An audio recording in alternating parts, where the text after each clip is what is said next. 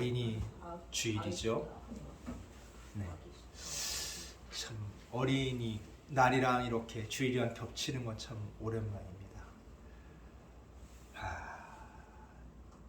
우리 어린이들은 우리보다 앞으로 세상 살 날이 더 많다고 기대가 되어져 있어요.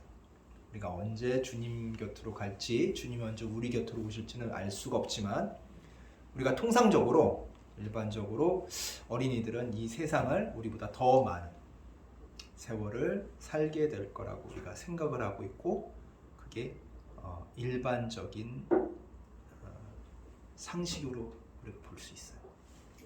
근데 오늘 예수님께서도 말씀하셨듯이 고난의 때가 와요.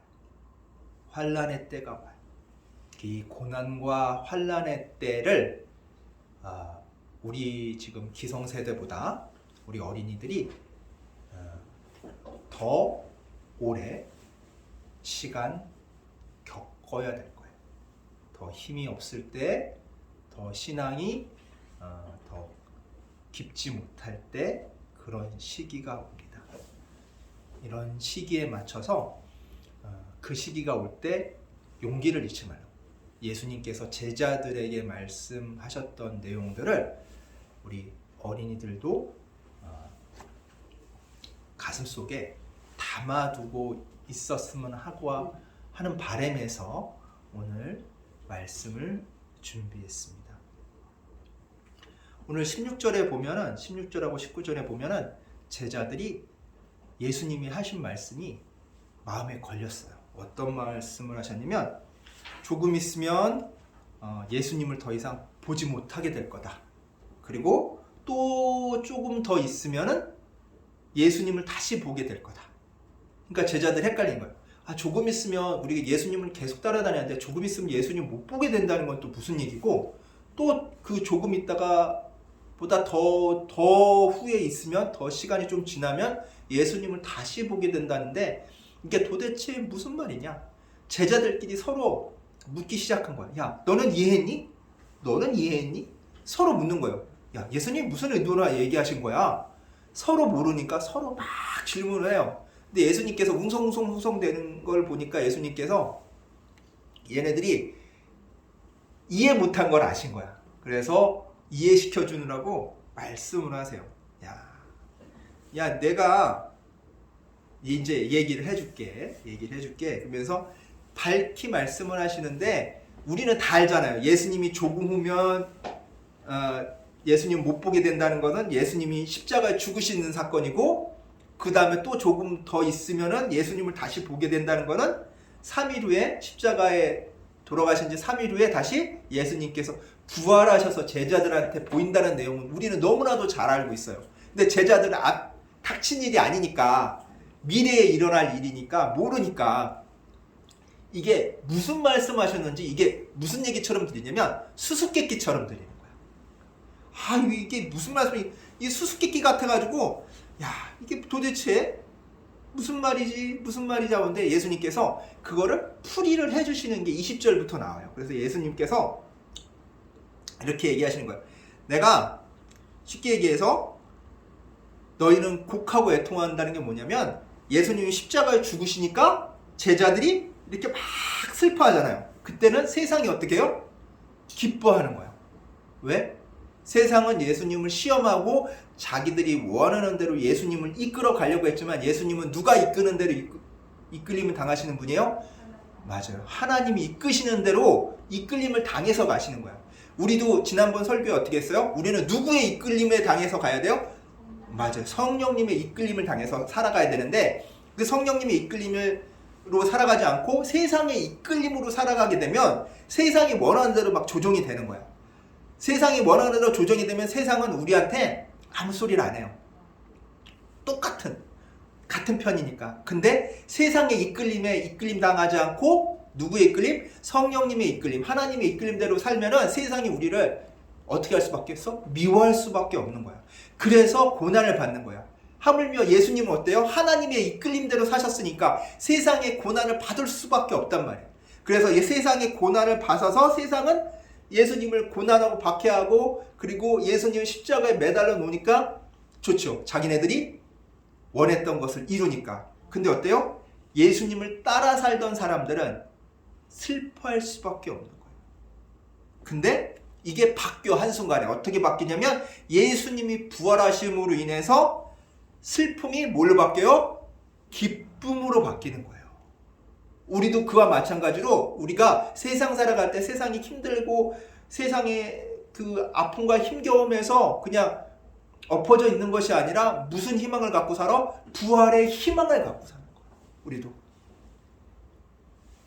그 부활의 희망이 있기 때문에 세상을 이겨내며 살 수가 있는 거예요. 그것이 우리에게 무엇을 주냐? 예수님이 부활하셨던 우리도 어떻게 돼? 세상을 이기는 거예요.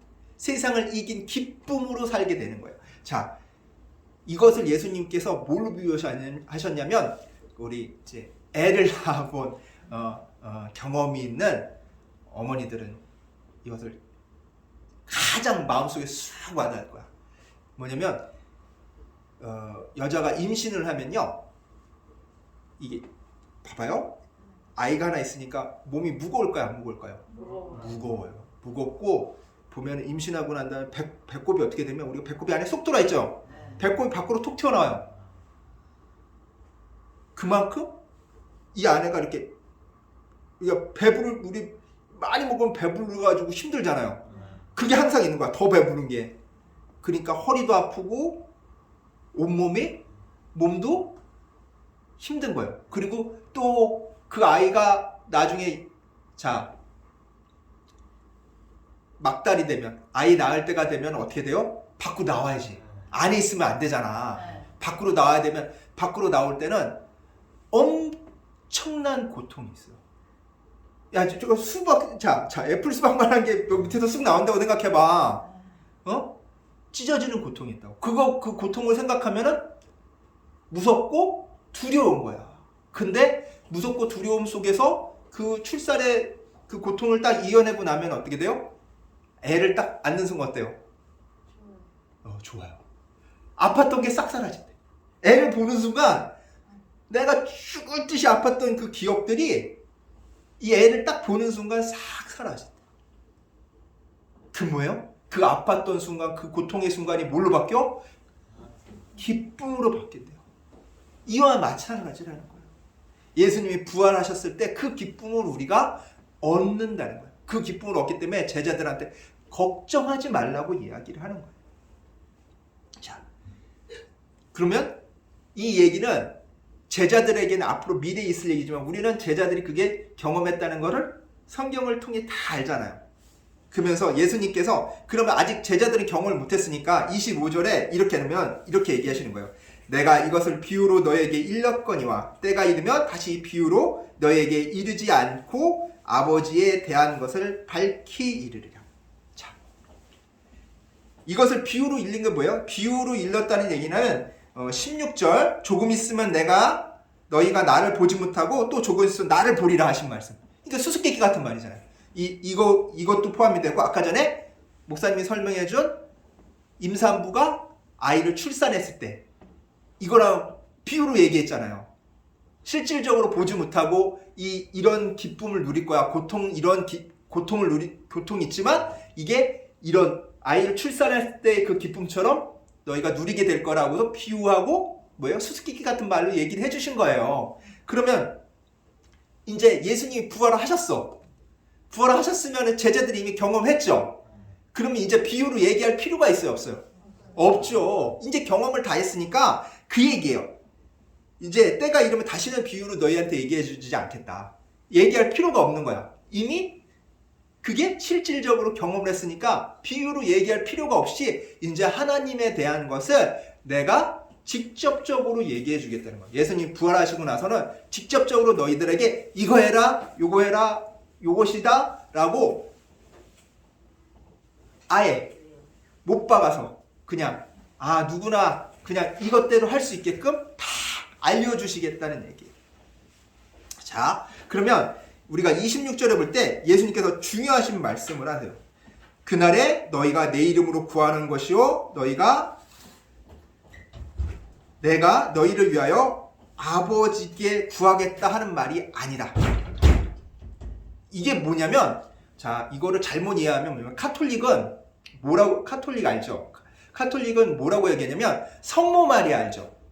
예. 그들은 성모 마리아한테 기도를 해요. 성모 마리아한테 간구를 해요. 그럼 왜 성모 마리아한테 간구를 하냐? 그러면 이런 이유를 갖다 붙여요. 성모 마리아는 누구의 어머니예요? 예수님의 어머니잖아요. 자, 우리 일반 사람들이 가서 부탁을 하는 것보다 어머니가 가서 부탁하면은 아들이 잘 들어줄까요? 안 들어줄까요? 잘 들어주겠죠. 아들한테 부탁하는 거니까 엄마가. 모르는 사람이 와서 예수님한테 부탁하는 것보다 어머니이신 성모 마리아 와서 부탁을 하면은 더 잘 들어줄 거라고 생각을 한단 말이에요. 그게 일반적으로 보면 상식이야. 일반 사람들 세상의 상식이라고.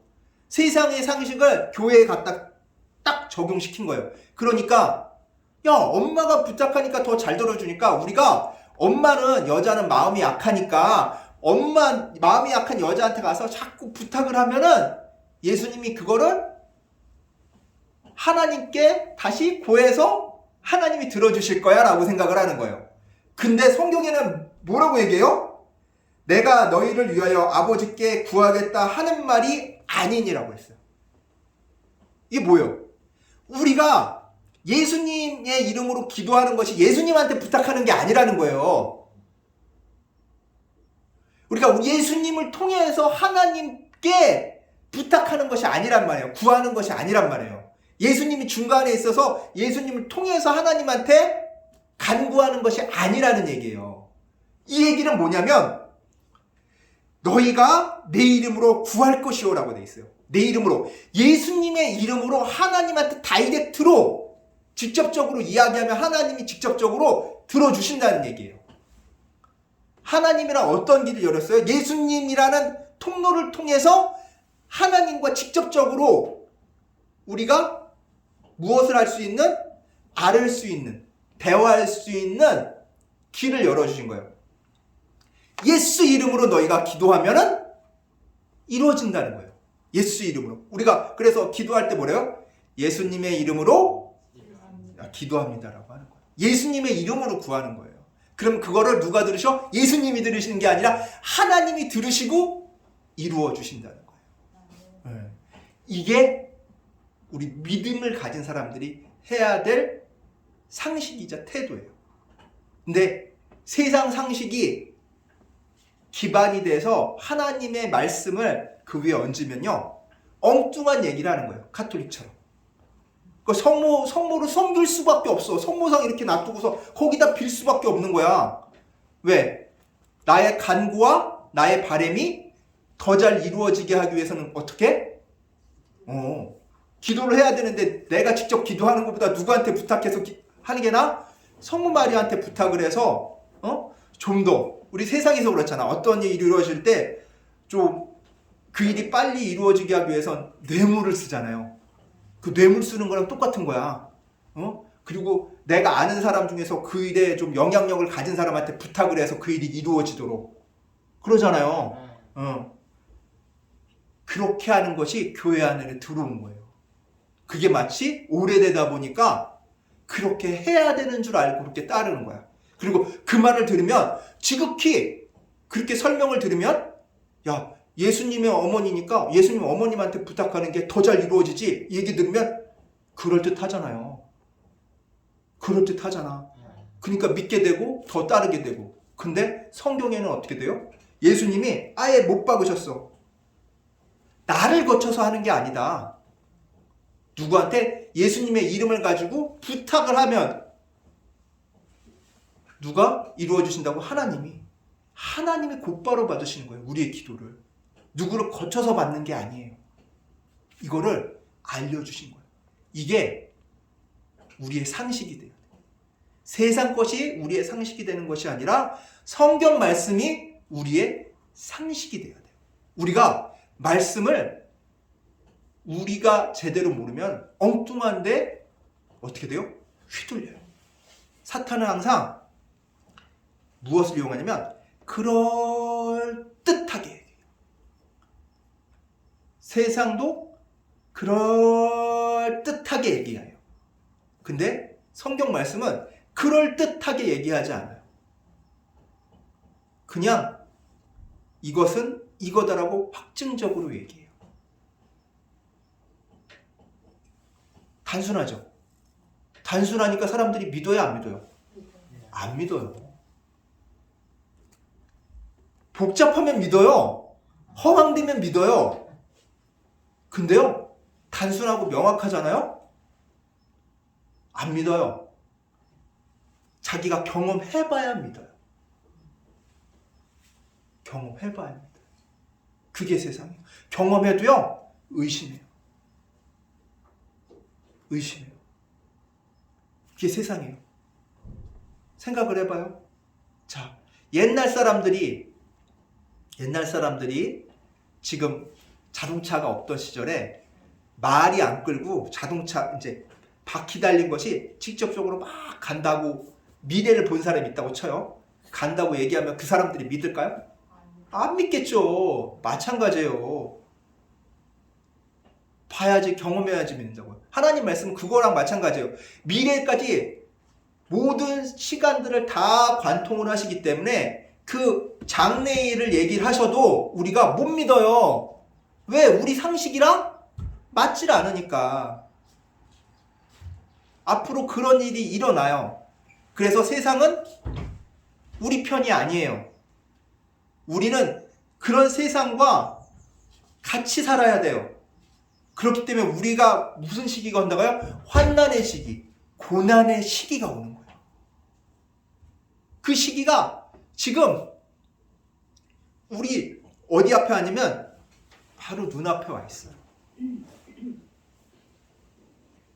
우리나라의 기독교 인구가 뭐 20%가 넘는다고 좋아들 하잖아요.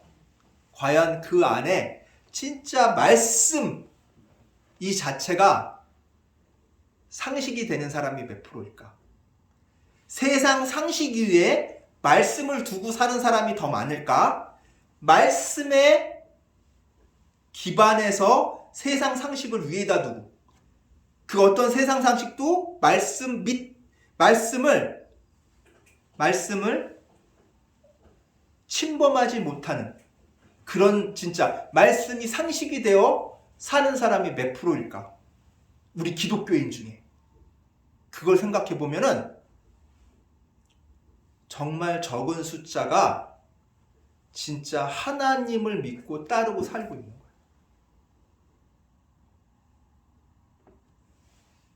자, 정말 하나님을 믿고 따르고 사는 사람들은 누구의 말씀에 기울여야 된다고요? 성령의 말씀.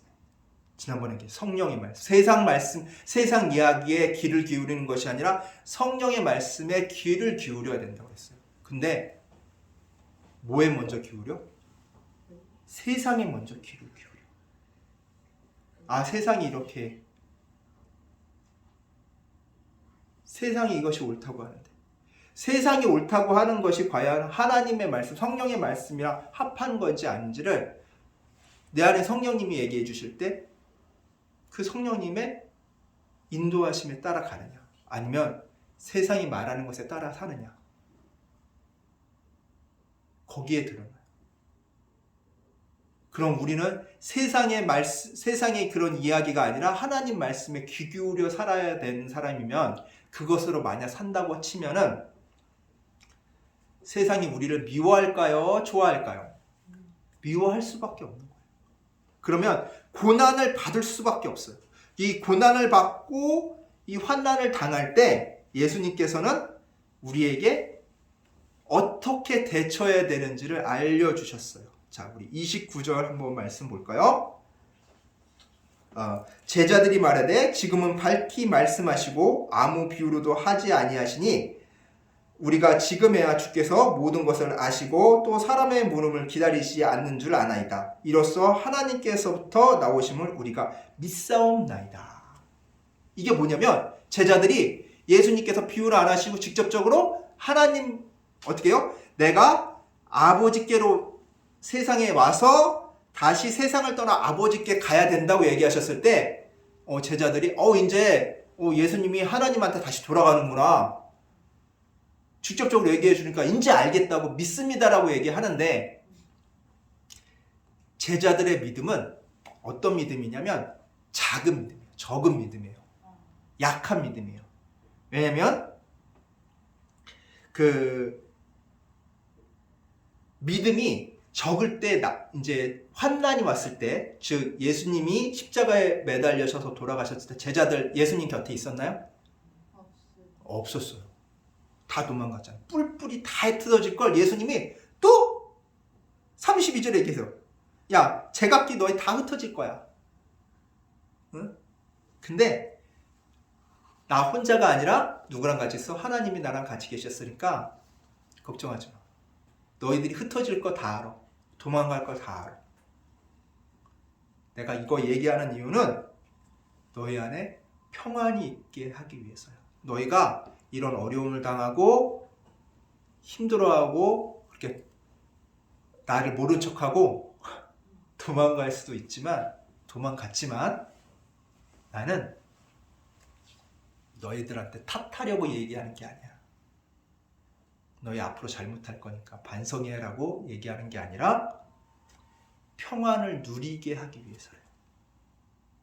즉 뭐냐면 우리가 고난과 환난의 시기에 와가지고 힘들고 어렵고 그것을 통해서 우리가 신앙이 이렇게 내려갈 수 있어요. 신앙이 내려간다는 게 뭐냐면 믿음이 작아진다는 건데, 믿음이 적어진다는 건데, 마태복음 우리 8장 26절 한번 볼까요? 12페이지 신약 12페이지 8장 26절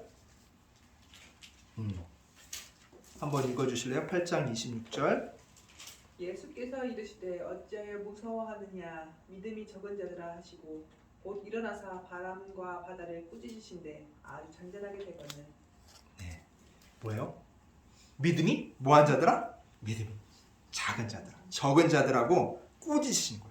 자, 꾸짖긴 하셨지만, 자, 그 풍랑이 막 이럴 때 예수님이 주무시고 계셨는데 얘네들이 예수님 계셔도 불안한 거야. 풍랑이니까. 배 뒤집힐까봐. 근데 예수님께서 야, 나랑 같이 있는데 왜 두려워해? 라고 혼내긴 하셨지만 풍랑을 그냥 두셨어요? 다 잠잠케 하셨죠. 마찬가지로 고난과 환난을 잠잠케 하시는 거예요. 근데 꾸중을 하세요. 왜 또 믿음 왜 적냐? 왜 평안이 있지 못해? 뭐예요? 근심하고 두려워하지 말라는 거예요. 근심하고 두려워하지 말라. 왜 무서워하는 거냐? 왜 무서워하고 근심하고 두려워하냐? 믿음이 적으면 어떤 일이 발생한다? 근심하고 두려워하고 겁에 질리게 된단 말이야. 세상의 위협으로부터. 자, 그리고 믿음이 적으면 또 어떤 일이 발생하는지 우리 24페이지 한번 볼까요? 24페이지 마태복음 24장 31절. 마태복음 14장 31절. 14장 31절. 예수께서 즉시 손을 내밀어 저를 붙잡으시며 가라사대 믿음이 적은 자여 왜 의심하였느냐 하시고. 아멘. 자, 이건 뭐냐면 베드로가 예수님인 걸, 무리에 걸어오시는 분이 예수님인 걸 아니까 자기도 무리로 걷게 해달라고 해서 걷다가 어떻게 돼요? 막 파도 치는 거 보고 오씨 겁이 나가지고 어떻게 돼요? 물속에 다시 빠지는 거야. 그러면서 뭐라고요? 왜 의심하였냐 그래요. 자, 우리 잘 생각해봐요. 아까 전에 뭐예요? 겁내고 근심하고 두려움에 쌓인다고 그랬잖아요. 믿음이 적으면. 그 결과는 어떻게 돼요? 의심하는 거예요. 의심하는 게 뭐냐면 내가 진짜 이 위기를 벗어날 수 있을까? 진짜 하나님이 안 도와주면 어떡해? 진짜 하나님이 나 도와주실까? 하나님 없는 거 아니야? 여기까지 가는 거야. 하나님 존재 자체도 의심하는 상태까지. 근데 그렇다고 예수님께서 모른 척 하셨어요? 꾸중을 하셨죠. 왜 의심하냐? 꾸중을 하셨지만 어떻게 했어요? 베드로를 건져내서 주셨어요. 건져내 주셨어요. 마찬가지예요. 우리도 믿음이 적어지면 세상의 환난과 이 고난으로부터 하나님을 의심할 수도 있다고요. 하나님 나 안 도와주시는 거 아니야? 하나님은 이런 일까지는 도움 안 주셔. 이렇게 의심할 수 있어요. 그건 뭐야? 내가 이 어려운 환난과 고난을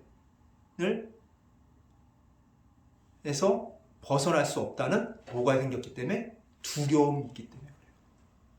믿음이 적으면 그게 발생해요. 근데 예수님께서는 이러지 말라고 하신 거예요. 이게 겁먹지 말라고. 그래서 의심하지 말라고. 너희가 겁먹고 의심해도 믿음을 갖고 있으면, 적은 믿음이라도 갖고 있으면 일이 해결되는데, 그동안은 내 마음은 뭐야? 지옥인 거지. 근데 주님께서는 우리 안에 뭐가 있으시길 원해? 천국이 있으시길 원하잖아요. 근데 적은 믿음을 갖고 있으면 그 일이 해결되기 전까지는, 내 마음은 이 고난과 환난이 해결되기 전까지는 지옥이 된다. 그 지옥이 되지 말라고 말씀하시는 거예요. 그래서 고난의 시기에 대처법은 어떻게 해요? 자, 왜? 예수님께서 환난을 당할 때 어떻게 해야 된다? 뭐라고 그래요?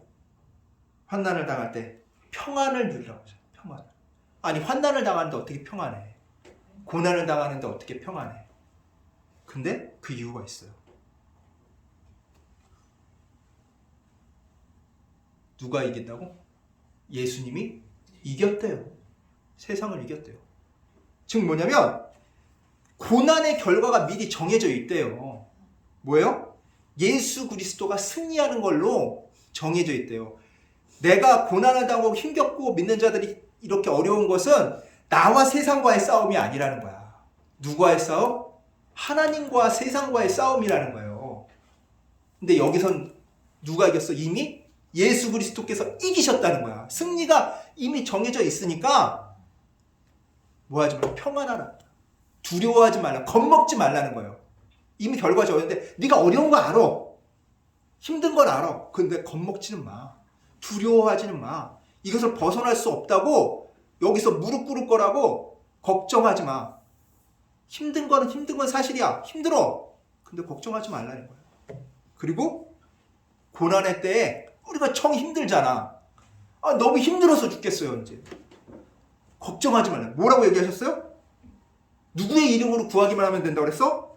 예수 그리스도의 이름으로 하나님께 구하기만 하면 된다고 그랬어. 그럼 뭐야? 고난의 때에 내가 구할 때가 있는 거야. 어렵고 힘든 때에 이 어렵고 힘든 거라서 나 힘들어요 하고 쓰러질 게 아니라 너 힘들지? 안 힘든 방법이 있어. 뭐해? 기도해. 누구의 이름으로? 예수 그리스도의 이름으로. 그러면 된다는 거예요. 해결된다는 거예요. 이미 힘들 때, 우리가 세상의 고난으로부터 힘들 때 우리가 그 고난을 이겨낼 말고 기도. 그 다음에 또 뭐가 있어? 우리가 두려워하지 말아야 될 이유가 뭐가 있어? 예수님이 승리하신다는 거야.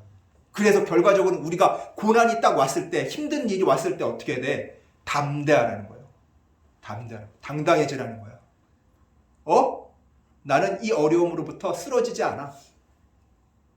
너희가 나를 힘겹게 할 수 있어. 어렵게 할 수 있어. 근데 최후의 승리는 누구야? 우리 것이야. 우리 믿는 자의 것이야. 이런 담대함을 가지라는 거야. 이게 고난의 시기에 우리 믿는 자들의 대처법이에요. 이걸 잊어버리지만 않으면은 우리가 다 이겨요. 잊어버려서 지금.